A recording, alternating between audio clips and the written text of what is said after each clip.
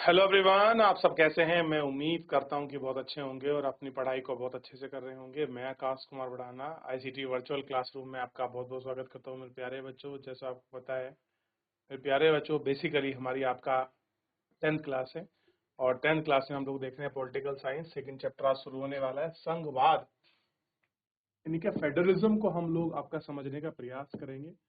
Basically आपकी नज़र में संघवाद क्या है और कैसे आप संघवाद को आपका देखते हैं, इन सब चीज़ों पर हम लोग आपका एक एक करके इन सब चीज़ों पर गौर करेंगे। और कह रहे हैं कि परिचय पढ़ते हैं। कह रहे पिछले अध्याय में हमने गौर किया था कि शासन के विभिन्न स्तरों पर के बीच सत्ता का ऊर्ध्वाधर बंटवारा हमने किया है। ऊर्ध्वाधर इस तरीके से होता है और क्षैतिज ऐसे होता है। तो लोकतांत्रिक सत्ता की साझेदारी एक आम रूप है। इस अध्याय में हम सत्ता के बंटवारे के इसी रूप पर विचार करेंगे। इसे आमतौर पर संघवाद कहा जाता है। तो संघवाद का बंटवारा इस प्रकार है। इसे लोकतांत्रिक व्यवस्था के अंतर ही इलाकों में रहन सहन और चलन का संभव हो पाता है। शेष संघवाद को व्यापक समझेंगे और संघीय ढांचों के प्रस्तावना, अध्याय की नीतियां और इनका जो विश्लेषण है वो हम लोग करेंगे। तो आपको क्लियर होना चाहिए क्या चीजें हम इनमें पढ़ेंगे। ठीक हो गया। चलिए, अब है मेन, संघवाद क्या है। What is federalism. किसे आप संघवाद कहेंगे, क्या है संघवाद की थ्योरी, किसको मानते हैं आप संघवाद। आइए एक बार फिर पिछले अध्याय बेल्जियम और श्रीलंका पर गौर करें। दोनों एग्जाम्पल पढ़ चुके हैं। आपको याद होगा बेल्जियम के संविधान में जो प्रमुख बदलाव किए गए थे उनमें केंद्रीय सरकार की शक्ति में कमी करना एक अंग था और अधिक प्रांतों की सरकारों को दिए गए थे। बेल्जियम में उससे पहले प्रांतीय सरकारें थी, तभी उन्हें अपनी भूमिका थी। अधिकतर पर इनको केंद्र में दिए गए थे। केंद्र सरकार वापस भी ले सकती थी। सन 1993 में कुछ बदलाव हुए और प्रांतीय सरकारों ने तो संवैधानिक अधिकार दिए गए। अधिकारों के लिए प्रांतीय सरकारें केंद्र पर निर्भर नहीं रही। इस प्रकार बेल्जियम ने एकात्मक शासन की जगह संघीय शासन प्रणाली अपना ली। कैसी कि केंद्र पर निर्भर नहीं रहकर, अगर केंद्र पर है तो वो एकात्मक हो जाएगी। संघीय मतलब पावर ऑफ आपका सेपरेशन। भाई संघात्मक का मतलब क्या है, पावर ऑफ आपका सेपरेशन। केंद्र में भी पावर है, राज्य को भी पावर है, सबको अपनी सत्ता बनाई हुई है। और श्रीलंका ने व्यवहारिक रूप से अभी भी एकात्मक शासन व्यवस्था है। इसमें केंद्र सरकार के पास ही सारे अधिकार हैं। केंद्र सरकार श्रीलंका में तमिलनाडु में तमिल नेता के साथ अच्छे अर्थों में संघीय शासन व्यवस्था कायम हो सके। अब किस तरह से संघीय शासन व्यवस्था होगी ये देखिए। तो संघीय शासन व्यवस्था के मायने आपको यहाँ नजर आएंगे कि आखिर में पावर ऑफ सेपरेशन कैसे किया गया है, कैसे हमने ऊर्ध्वाधर रूप से सत्ता को बांटा है। इसमें बहुत अच्छे से पढ़ने और समझने के लिए मिलेगा।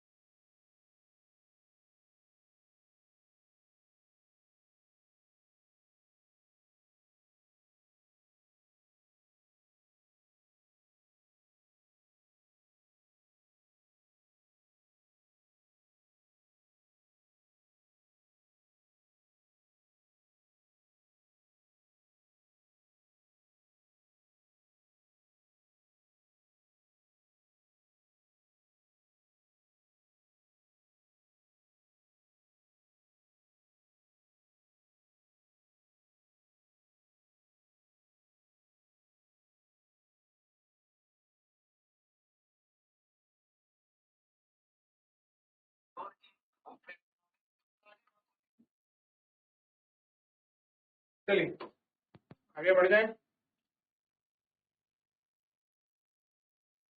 संघीय शासन व्यवस्था में सर्वोच्च सत्ता केंद्र प्राधिकार और उसके विभिन्न अनुषंगी इकाइयों में बटी हुई।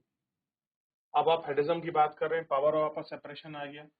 जो भी अथॉरिटी हैं, जो उनकी पावर्स हैं, उनमें उसको सेक्रिफिकेशन किया गया है।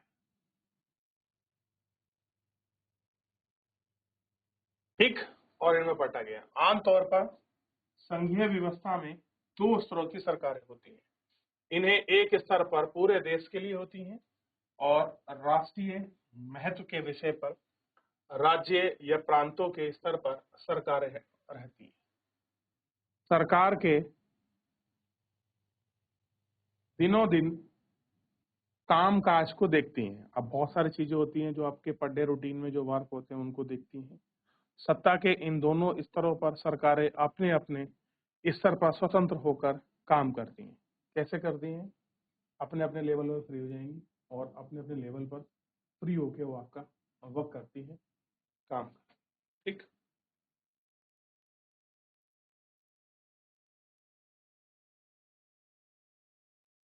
इस अर्थ में संघीय शासन व्यवस्था एकात्मक शासन व्यवस्था का ठीक उल्टा है। कह रहे जो संघीय शासन व्यवस्था है वो क्या है? जस्ट उल्टा है एकात्मक शासन व्यवस्था का। एकात्मक व्यवस्था में शासन का एक ही स्तर होता है, बाकी इकाइयां उसके अधीन होकर काम करती हैं।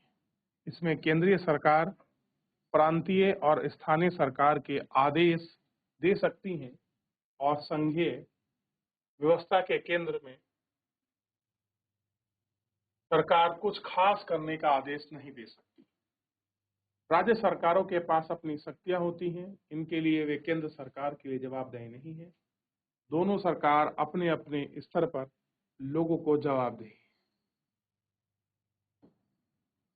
आइए संघीय व्यवस्था की कुछ महत्वपूर्ण विशेषताओं पर गौर करें।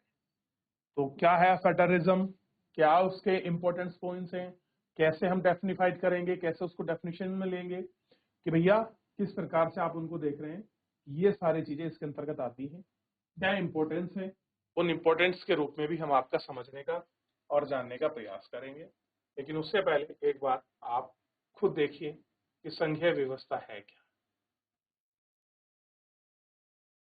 आप थोड़ा सा आप नजर दौड़ाइए आगे बढ़ने से पहले। जब मैं आगे बढ़ रहा हूं तो यहाँ आप एक पूरी कंट्रियां हैं, पूरा वर्ल्ड का मैप है। थोड़ा सा इस वर्ल्ड के मैप को दौड़ाइए और यहाँ जहां आपको रेड दिखेगा यहाँ आपको लोकतांत्रिक देश दिखने चाहिए। ठीक, संघीय शासन व्यवस्था वाले देश आपको दिखेंगे। ये वो देश हैं जहां पर संघीय शासन व्यवस्था लागू है।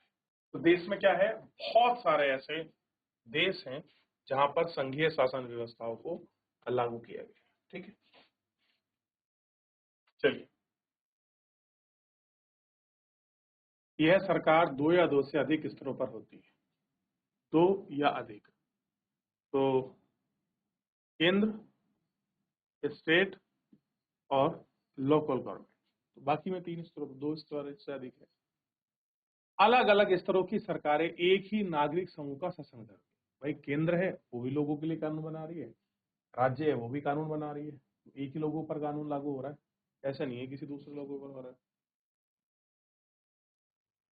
और सबका क्या है, कानून के साथ एक अपना अपना क्या है, क्षेत्राधिकार है। सबका एक एरिया फिक्स किया है।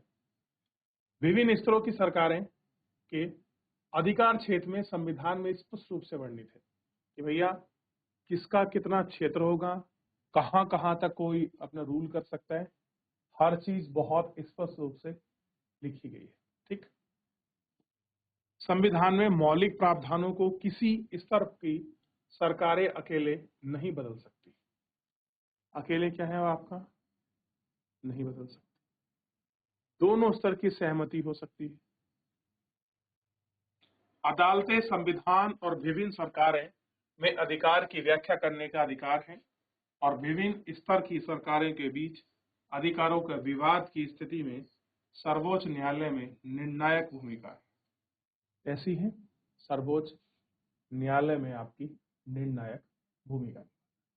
भैया कोई स्टेट और सेंट्रल के बीच में अगर कोई डिस्प्यूट किसी लॉ को लेकर हो गया है तो उसको रेक्टिफाई करने, उसको एक्सप्लेन करने और किसका लिमिटेशन है कहाँ दिखाने के लिए हमारे पास क्या है, उच्चतम न्यायालय है, सुप्रीम कोर्ट की बात की गई है। एससी आप जानते हैं देश में एक ही सुप्रीम कोर्ट है। तो ये अभी बहुत बिंदु पढ़ेंगे तो एक एक करके इन सारे प्रावधानों को आप पहचानेंगे, देखेंगे तो चीजें अलग। वित्तीय स्वायत्तता निश्चित करने के लिए विभिन्न स्तरों की सरकारों के लिए राजस्व अलग अलग स्रोत का निर्धारण है। इस प्रकार संघीय शासन व्यवस्था के दोहरे उद्देश्य हैं: देश की एकता को सुरक्षित करना, उसे बढ़ावा देना, इसके साथ ही क्षेत्रीय विविधताओं को पूरा सम्मान करना, और इन्हीं व्यवस्थाओं और कारण में ये सारी संघीय चीजें आपका सुनिश्चित है। ठीक,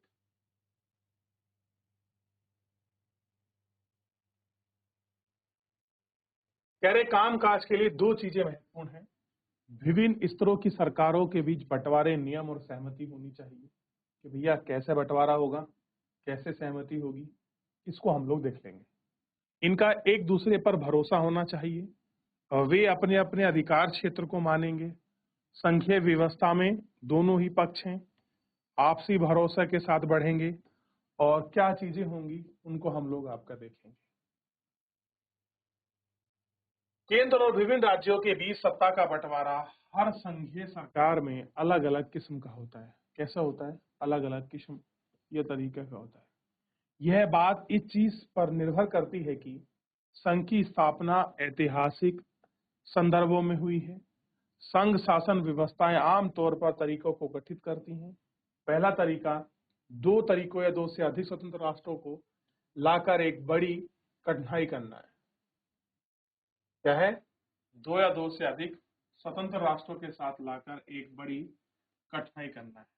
दोनों स्वतंत्र राष्ट्र अपनी संप्रभुता के साथ आएंगे, अपनी अब लिए पहचान बनाए रखेंगे, सुरक्षा और खुशहाली बढ़ाने के लिए रास्ता अख्तियार करें। इख्तियार का मतलब होता है रास्ते को अपनाना, कि जिससे खुशहाली आए उसी पात उसी रास्ते पर चलेंगे। आकर संघ बनाना, संयुक्त राज्य अमेरिका, स्विट्जरलैंड, ऑस्ट्रेलिया वगैरह इस संघीय शासन व्यवस्था वाले मुल्क आमतौर पर प्रांत में समान अधिकार है। कह रहे कुछ ऐसे भी राष्ट्र हैं जो इस जैसे नहीं है, ठीक, और केंद्र राज्य बरकरार है और वहां आपका केंद्र आपका ताकतवर है। तो कैसे रूप है यहाँ आपको इसमें दिखाई देगा। ठीक है भाई, किस किस के रूप में वो आपको मजबूत दिख रहे हैं आप खुद देखिए। ठीक, संघीय शासन व्यवस्था के गठन का दूसरा तरीका है कि बड़े देश आंतरिक विविधता को ध्यान में रखते हुए राज्य का गठन करें। भाई अगर आपको स्टेट बना रहे हो तो उसकी जो आंतरिक विविधता है वो ध्यान में रखनी चाहिए। कहीं पर आपके ट्राइबल हो सकते हैं, कहीं पर अल्पसंख्यक हो सकते हैं, कहीं पर कोई किसी विशेष जाति का संरक्षण हो सकता है। ठीक, तो उनकी भाषा, उनकी बोली, उनकी चीजें जो उनकी विविधता है उनको बनाए रखना और उसके अनुसार राज्य का गठन करना, फिर राष्ट्रीय सरकारों के बीच सत्ता का बंटवारा कर देना, ये सारी चीजें हैं जो इम्पोर्टेंट लगती है। ठीक, और इनको ध्यान में रखकर ऐसा करना भी चाहिए। कह रहे भारत बेल्जियम और स्पेन के उदाहरण है। कह रहे ऐसा किया है भारत ने। हमने यहाँ आप देखेंगे जो आपका शेड्यूल 5 है, हमने जो हमारे अनुसूचित जाति जनजाति के क्षेत्र हैं हमने उनके लिए स्पेशल प्रोविजन किया है। 6 में हमने असम, मेघालय, मिजोरम, मणिपुर के लिए हमने स्पेशल प्रोविजन किया है कि भैया यहाँ इनको दिक्कत नहीं होनी चाहिए, किसी को स्पेशल प्रोटेक्शन मिलता हो तो देना चाहिए। इसलिए दूसरी श्रेणी वाली व्यवस्था राज्यों को पक्ष में केंद्र सरकार से ज्यादा ताकतवर होते हुए भी अक्सर वे व्यवस्था में विभिन्न राज्यों के समान अधिकार दिए जाते हैं। विशेष स्थिति में किसी किसी प्रांत में विशेष अधिकार दिए जाते हैं। सबके कैसे हैं? राइट्स आपके थोड़े अलग हैं, अलग राइट्स के रूप में उनको मिला हुआ है और उन चीजों को आप हमेशा देख लेंगे और बात भी करेंगे। तो अलग अलग रूप में है चीजों को है, किस प्रकार ये बटे हुए हैं, क्या है, आप इनका स्वरूप बहुत अच्छे से देख। चलिए, अच्छा बहुत बार एक शब्द मिलता है अधिकार क्षेत्र है, मेरा अधिकार क्षेत्र है, आप मेरे अधिकार क्षेत्र में एंट्री कर गए हैं, मेरा राइट्स है क्या अधिकार क्षेत्र? ऐसा दायरा जिस पर किसी का वैधानिक अधिकार होता है। कैसा होता है? लीगल राइट्स होता है और भौगोलिक सीमा के अंतर्गत परिभाषित होता है, अर्थात इसमें कुछ प्रावधान या कुछ विषय को रखा जाता है। उसी को हम कहते हैं कि भैया ये मेरा राइट्स है, ये मेरा अधिकार है। इसी के अधिकार को लेकर, इन चीजों को लेकर मैं आपकी बात करता हूं। ठीक, चलिए, तो ये अधिकार क्षेत्र के रूप में हमने देख लिया कि किसका क्या अधिकार क्षेत्र है। अच्छा, भारत में संघवाद की व्यवस्था, अगर फेडरलिज्म आया है, पावर ऑफ आपका सेपरेशन आई है, स्टेट और सेंट्रल को अलग अलग आपका शेड्यूल भी दिए है, उनपे उनके आपके सब्जेक्ट हैं और सब्जेक्ट के अनुसार ही क्या ये चीजें आपकी सुनिश्चित की गई हैं, तो उनको हम देखेंगे नेक्स्ट लेक्चर में। तो जितना हमने पीछे पढ़ा, एक बार किसी कुछ पूछना है, किसी कुछ देखना है, आप मुझसे पूछ सकते हैं। कोई डाउट, कोई क्वेरी पिछले लेक्चर में है तो एक बार पूछ लीजिए, ताकि हम लोग आगे बढ़ सके। फिर तो मेरे प्यारे बच्चों, फिलहाल जो है इतना ही। एक बार घर जाकर रिवीजन करिए।